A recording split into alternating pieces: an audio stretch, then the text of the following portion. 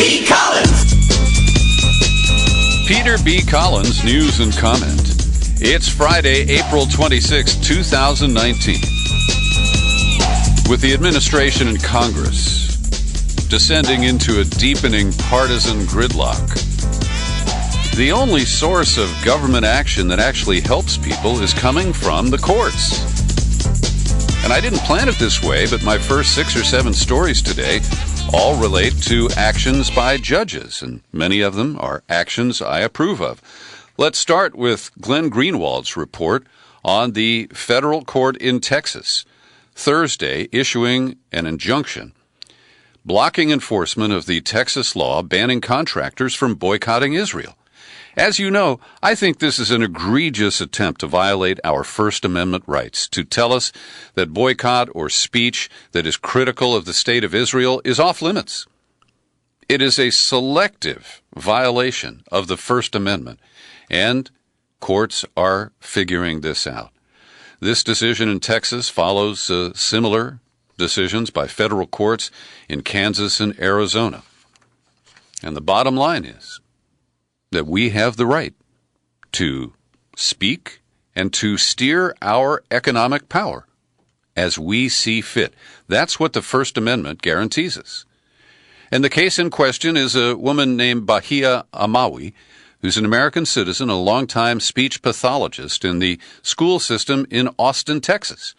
Her contract renewal was denied because she refused to sign an oath certifying that she doesn't participate in any boycotts of Israel.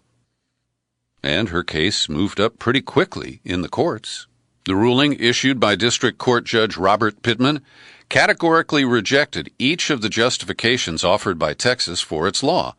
Judge Pittman was particularly emphatic that the law wasn't merely government speech in defense of Israel, but a classic embodiment of what the First Amendment at its core was designed to prevent: punishment imposed on those who disagree with the majority's political opinions on hotly contested topics. Here is a quote from the court's ruling. It is a content and viewpoint-based restriction on speech. It is a content-based restriction because it singles out speech about Israel, not any other country. And it is a viewpoint-based restriction because it targets only speech intended to penalize, inflict harm, or limit commercial relations specifically with Israel, or with a person or entity doing business in Israel. The court finds that the plain text of the Texas law, the statements surrounding its passage, and the briefing in this case reveal the statute to be a viewpoint-based restriction intended not to combat discrimination on the basis of national origin, but to silence speech with which Texas disagrees. And with respect to content, the statute targets only boycotts of Israel. Texas contractors remain free to boycott Palestine or any other country. And Greenwald, who is trained in the law, argues what makes this ruling particularly important is that it completely rejected the most common and most toxic justification for these laws, that it's not designed to suppress speech or activism against Israel, but rather to combat discrimination, namely anti-Semitism or discrimination against Israelis. The court treated this cynical argument with barely disguised disdain. Quote, "The statute's plain text makes its purpose obvious: to prevent expressive conduct critical of the nation of Israel, not discriminatory conduct on the basis of Israeli national origin. Texas points to no authority indicating that such a purpose is a legitimate or compelling aim of government justifying the restriction of First Amendment freedoms." The court described the targeted political activism. Quote, "The BDS movement," referring to boycotts, divestment, and sanctions, "arose in response to Israel's occupation of Palestinian territory and its treatment of Palestinian citizens and refugees. It's modeled after the South African anti-apartheid movement and seeks to pressure the Israeli government to end its occupation, permit Palestinian refugees to return to their homes, and otherwise comply with international law." Now, in the voice of Greenwald, the attempt to criminalize or otherwise outlaw activism against the Israeli government is easily one of the greatest threats to free speech, both in the U.S. and in the West generally. And I fully agree with him. And here is a case that surfaced in Texas. A reporter for an NPR radio station licensed to Texas A&M University, George Hale, was forced to sign this oath. He didn't want to, but he was told he wasn't even going to be permitted to sign his employment contract by including a notation that he was signing under duress and in opposition to that oath. You know, a president sometimes uses a signing statement to say, well, I'm going to sign this into law, but I don't agree with it. But citizens are afforded no such option.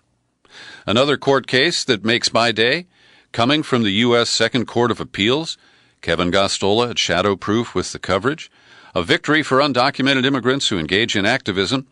A federal appeals court has found that activist Ravi Ragbir had a valid claim against Immigration and Customs Enforcement, which attempted to deport him in retaliation for his political speech.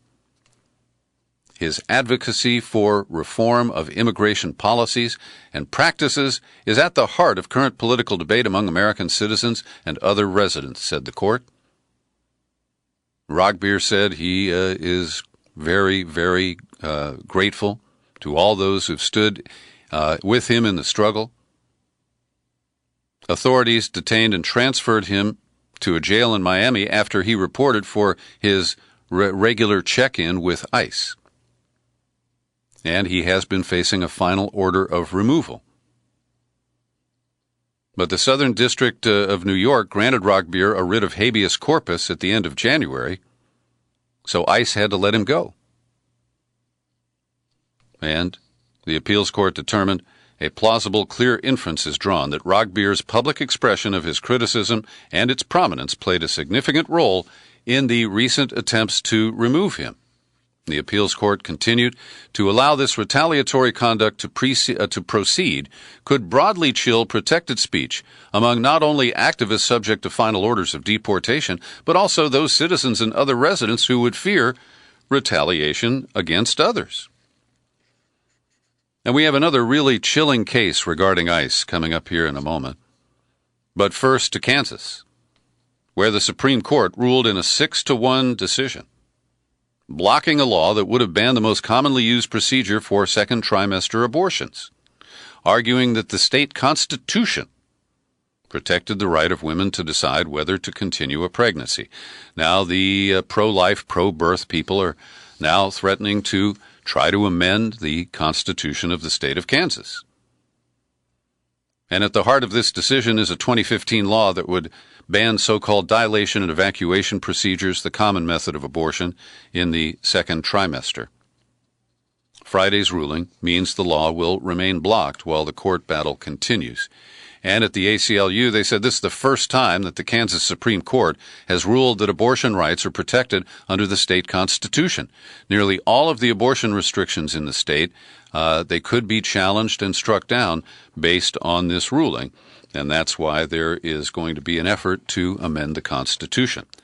Judges in Michigan have ordered the legislature to redraw all 34 maps for congressional and state legislative districts. They are examples of extreme partisan gerrymandering. And you know which party they benefit, the Republicans in this case. And this is timed as the Supreme Court, the U.S. Supreme Court, has taken up 2 cases related to partisan gerrymandering, and the oral arguments don't give us a clear indication of how SCOTUS will actually rule, or will they dodge the bullet once again, as they have so many times in the past? An accused and apparent corrupt detective in New York City is facing state prison time. Detective Joseph Franco has been accused of 16 criminal counts, including perjury and official misconduct, after it's been discovered that he fabricated tales of drug buys by innocent people, and they wound up in state prison. Convictions against the 3 people that Franco said had sold drugs have been thrown out, and they are all released from custody. He's been suspended without pay, and this is so rare,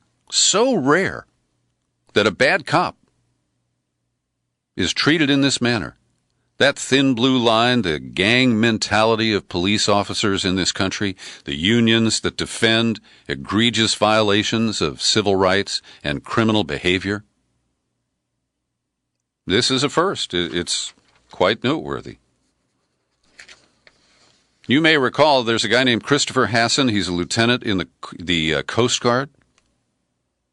And the government has claimed that he's a white supremacist who was planning a massive terror attack, quote, on a scale rarely seen in this country. When they searched his computers, they found that he was researching potential political targets for murder, stockpiling weapons.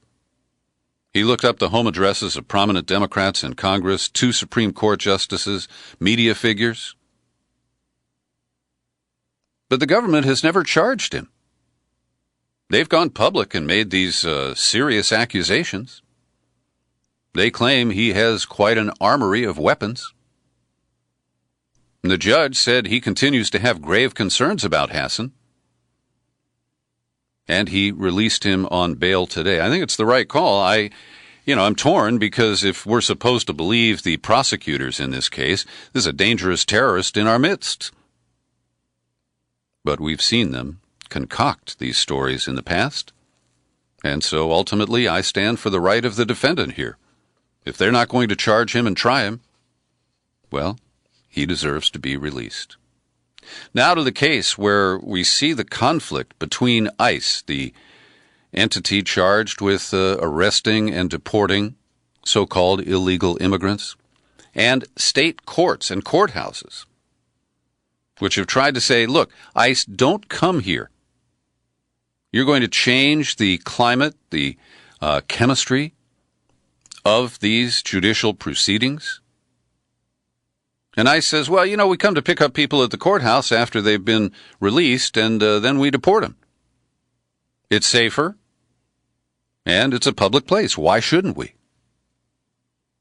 Well, it's become a bit of a cat and mouse game. And in Massachusetts, in Newton, a judge is facing criminal charges of obstruction of justice, along with her officer, I guess a bailiff in the courtroom. The judge is Shelley Richmond Joseph, age 51, her officer, Wesley McGregor.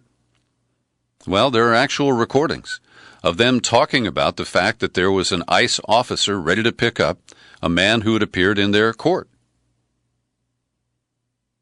And the allegation is that the judge and McGregor illegally helped the man by essentially sending the ICE deputy out of the courtroom and then allowing the defendant, they dismissed the charges against him, and she ordered him to an area of the courthouse where he could be released through a back door. ICE didn't pick him up that day.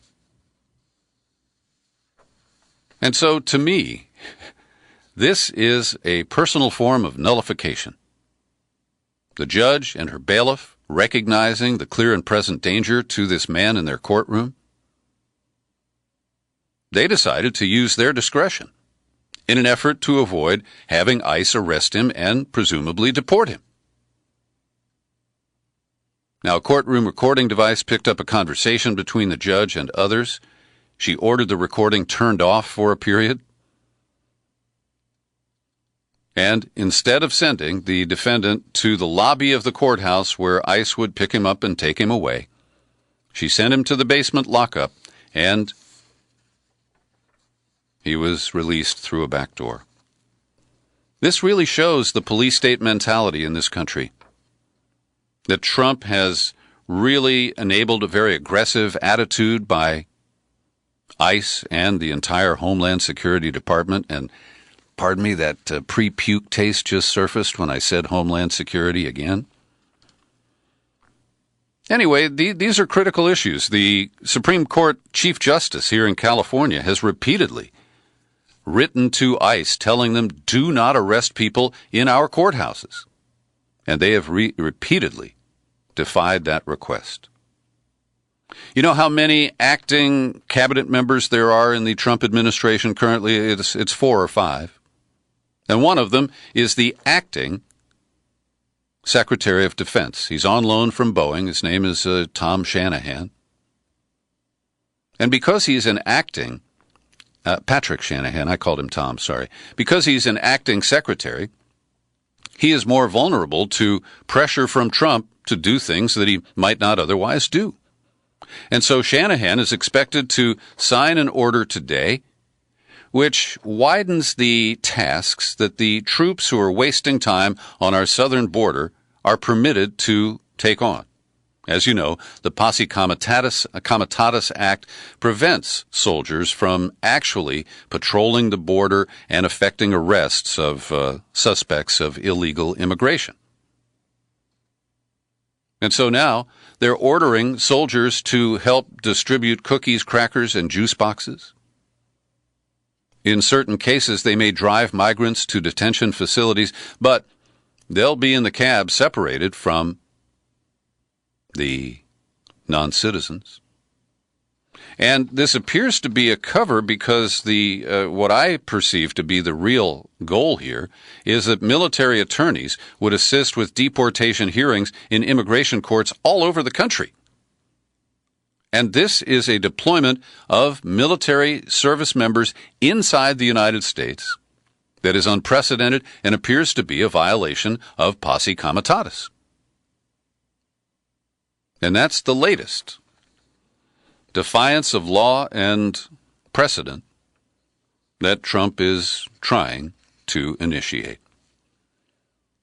And we're learning that as Mexico knuckles under to pressure from Trump, 15,000 migrants have been turned away from Mexico and returned to countries below its southern border. And they've been piling up in Chiapas, in the town of Tapachula, where 1,300 migrants were being held in a makeshift detention center. And they broke out last night, more than 1,000 of them. Some 600 are still unaccounted for. And get this, more than 1,000 people from Cuba are now in Chiapas. Now, Cubans enjoy the greatest immigration rights of any population in the world when it comes to the United States. All they have to do is touch 1 foot on our soil, and they're guaranteed asylum. And I guess because of the travel crackdown and the other efforts to isolate Cuba by Trump and Pompeo and his gang, they are now heading for the southern border in order to exercise their right, which is dubious. I don't think they should be given all that special preference, but it is the law, and it's not going to be changed anytime soon. Every day I pause to thank the people who support my work here at the Peter B. Collins Podcast with your subscriptions. Great people like Wendy Gebauer, Joey Perillo, Paul Tomaselli, and Faith Peoples. They each kick in $5 a month. You think you could do that? I see you nodding. All right, let's act on it. Visit peterbcollins.com. Right now, go ahead, pause the podcast and head over there. You click on the menu tab, then become a subscriber. You land on the sign-up page, and it's easy. From there, you can choose $5, $10, $20 a month. We've got the $50 annual subscription that earns you the bonus book, 2100. It is blueprints for climate change adaptation. And coming next week, I've got a powerful interview I'll share with you with Guy McPherson, a leading scientist who basically tells us it's too late. The planet is beyond resuscitation. It's pretty shocking, and that'll be coming up next week. And if you're not prepared for that, the adaptation book, I think, offers interesting ideas and actual blueprints for cities of the future in 2100. Well, today, Aaron Mate published at The Nation, unpacking the Mueller report. He says Mueller's report indicts the Trump-Russia conspiracy theory. And Aaron Mate deserves incredible credit. He was named a winner of the Izzy Award for his reporting. And his careful skepticism, based on a real examination of the evidence, much of which was non-existent or hyped, I think has really set a standard for journalism in a yellow journalism era. He writes, the long-awaited completion of Mueller's probe, the release of his redacted report, reveals that the narrative and the expectations it fueled, were unfounded. No American was indicted for conspiring with Russia to influence the 2016 election. Mueller's report does lay out extensive evidence that Trump sought to impede the investigation, but he declined to issue a verdict on obstruction. That is accurate. The report gives no evidence that the Trump campaign conspired with the Russian government's alleged effort to defeat Hillary Clinton. It renders this conclusion. Ultimately, the investigation did not establish that the Trump campaign coordinated or conspired with the Russian government in its election interference activities. And through hyperlinks, Mattei takes down one false media report after another. For example, a New York Times article saying that the outstanding questions that Mueller would answer were the nature of contacts between Kremlin intermediaries and the Trump campaign. Mueller's report answers that question. There were no Kremlin intermediaries. And he goes on to systematically take on the Russiagate predicate, which he says led nowhere. The original claims resulted from George Papadopoulos consorting with the ambassador from Australia, who then shared that information with his counterparts and led to the first FISA court warrant in July of 2016. He also says that the Russian ambassador Kislyak had brief, non-substantive interactions with the Trump camp. The Trump Tower Moscow deal had no help from Moscow. Trump didn't directly order Michael Cohen to lie about the Trump Moscow project, as BuzzFeed asserted. The Trump Tower meeting with some Russians was really just a waste of time, and we still don't see coverage that spells out that Natalia Veselnitskaya was working for Russian interests as well as Fusion GPS. Point 7 in Mattei's article, Manafort did not share polling data to meddle in the U.S. election. Over at MSNBC, they're still pumping that one. The Steele dossier was primarily fiction. We know that's the case, and Rachel Maddow is still trying to keep alive the hopes of people that there is a P-tape, the Golden Shower video, as recently as Wednesday of this week.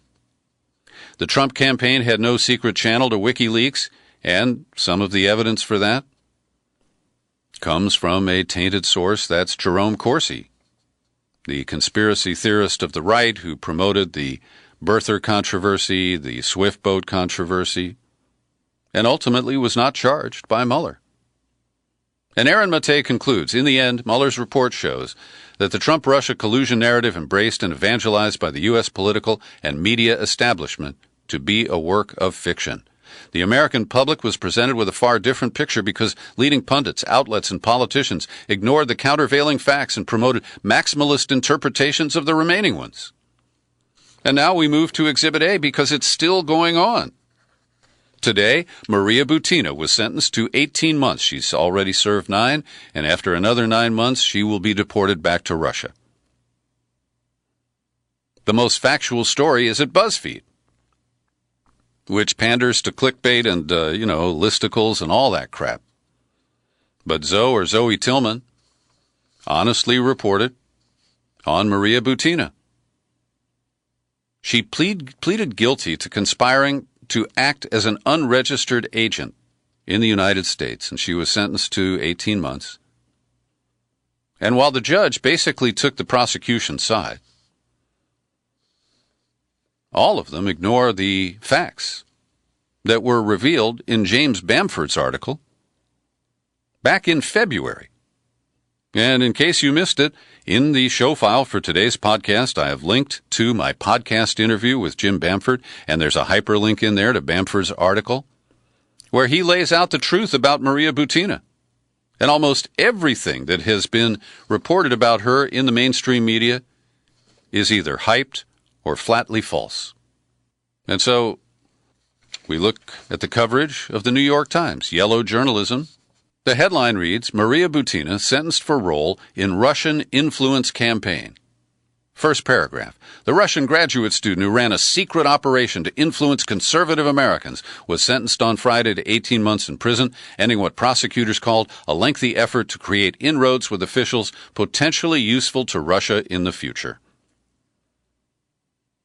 In their third paragraph, they repeat false claims about her and then walk them back. Prosecutors initially described her as a charming operative who had traded sex for access to powerful conservative circles, including the National Rifle Association, though they later acknowledged being mistaken on the most salacious aspect of those accusations.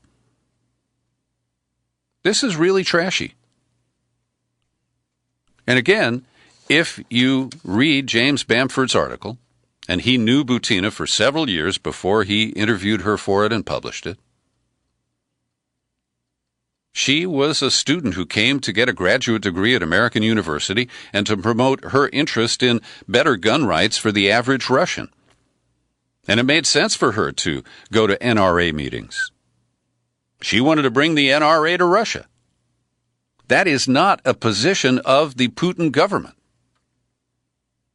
Putin really didn't know who she was, and when she showed up in news accounts after being arrested in the United States,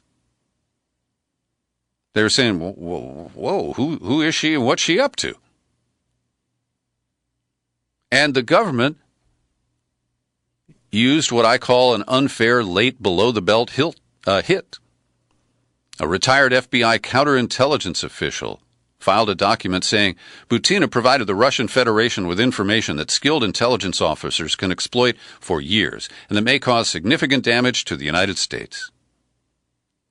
That is bullshit.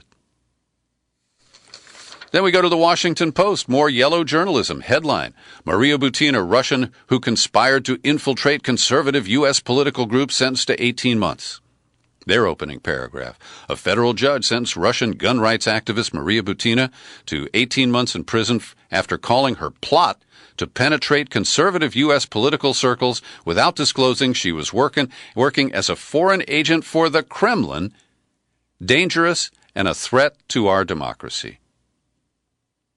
Now, she did admit that she had failed to register as a foreign agent.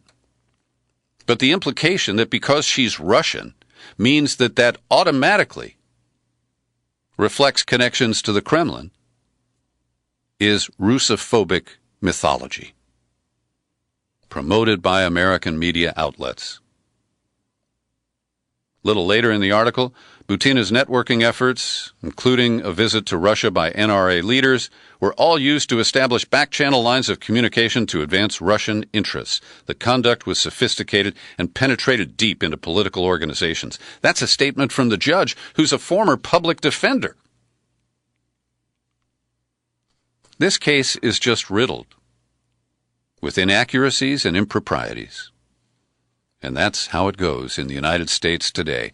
Rod Rosenstein, who is getting ready to exit the Justice Department after initiating the Mueller special counsel investigation. And right before that, he drafted the letter, the pretextual letter that Trump used to fire James Comey.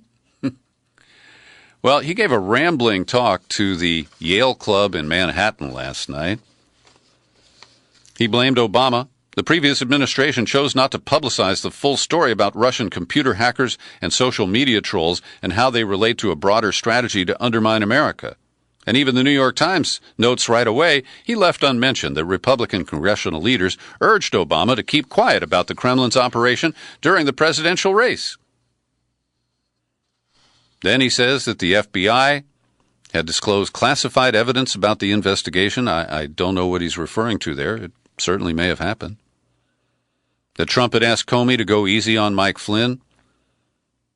And, quoting Rosenstein, then the former FBI director alleged that the president pressured him to close the investigation, and the president denied that conversation occurred. So he elided over what I just referenced, that he was the guy who wrote the letter to fire Comey. He was used by Trump. That's not mentioned, at least not in the quotes from his speech. And he shot back at critics, saying, in politics, belief is the whole ballgame. In politics, as in journalism, the rules of evidence do not apply. Well, Rod Rosenstein someday may explain exactly what he did in service of Trump, in service of Bill Barr's false spinning of the Mueller report during the 3 weeks before we were permitted to see it, and much more. So Trump went to the NRA convention in Indianapolis today, and with a flourish, he pulled out a pen and he signed a letter that he says is going to kill American involvement in the arms trade treaty that was negotiated under Obama. It's never been ratified by the Senate. Wouldn't affect Americans' access to weapons. It would restrict the export of conventional weapons, just like pistols and shotguns and rifles, probably AR-15s too. That treaty that is not fully in effect would have limited sales and distribution to countries with human rights violations. So we're going to be arming regimes so they can kill their people. And Trump is proud of that. He got a standing O at the NRA convention. So Joe Biden is on day 2 of his "Why am I running for president?" campaign. I got an email this morning from my buddy Joe, and they're kind of fudging here. They're claiming that he raised $6.3 million in the first 24 hours. That's a little more than Sanders and O'Rourke did. But then they go to very explicit language. 97% of online donations were under $200. The lobbyists don't donate online. We received donations from all 50 states and U.S. territories. The average donation was $41. The average online donation. That doesn't cover that big lobbyist fundraiser he had last night, led by Comcast and his friends in the credit card business from Delaware. And Joe is fumbling. He was on The View today trying to explain his non-apology to Anita Hill over his rough treatment of her during the Clarence Thomas hearings, and Hill is not accepting his lame non-apology. She said until he recognizes that he blocked witnesses who corroborated my information, my testimony, at the Clarence Thomas confirmation hearing, I will not accept his apology. And she said that this has set the stage for the Brett Kavanaugh performance that led to Republicans confirming him last fall. And on The View today, Joy Behar said she actually gave him a line. You should say, I'm sorry for the way I treated you, not for the way you were treated. Biden responded, referring to Anita Hill, I'm sorry for the way she got treated. If you go back to what I said and what didn't say, I don't think I treated her badly. And the bottom line here is that Joe Biden is going to be forced to run a campaign defending his past, including Obamacare, his years in the Obama administration, where he sometimes disagreed with decisions that the president made, but that doesn't matter. He can be blamed for them. And I want to recommend an op-ed at The Guardian today under the byline of Arwa Manawi, where she doesn't reference the movie Pleasantville, but that's what occurred to me. And Biden seems to try to appeal to nostalgia for a past that didn't really exist. I think it's going to be a real uphill struggle for former Vice President Joe Biden. A lot of centrists in the Democratic Party are hailing his entry into the race, and I think they're all way out of touch with the nation and with the Democratic electorate. Thanks for listening to my daily news and comment podcast. You are free to share it with anyone. And you'll find it on YouTube, too. I'm Peter B. Happy trails to you until we meet again. Happy trails to you. Keep smiling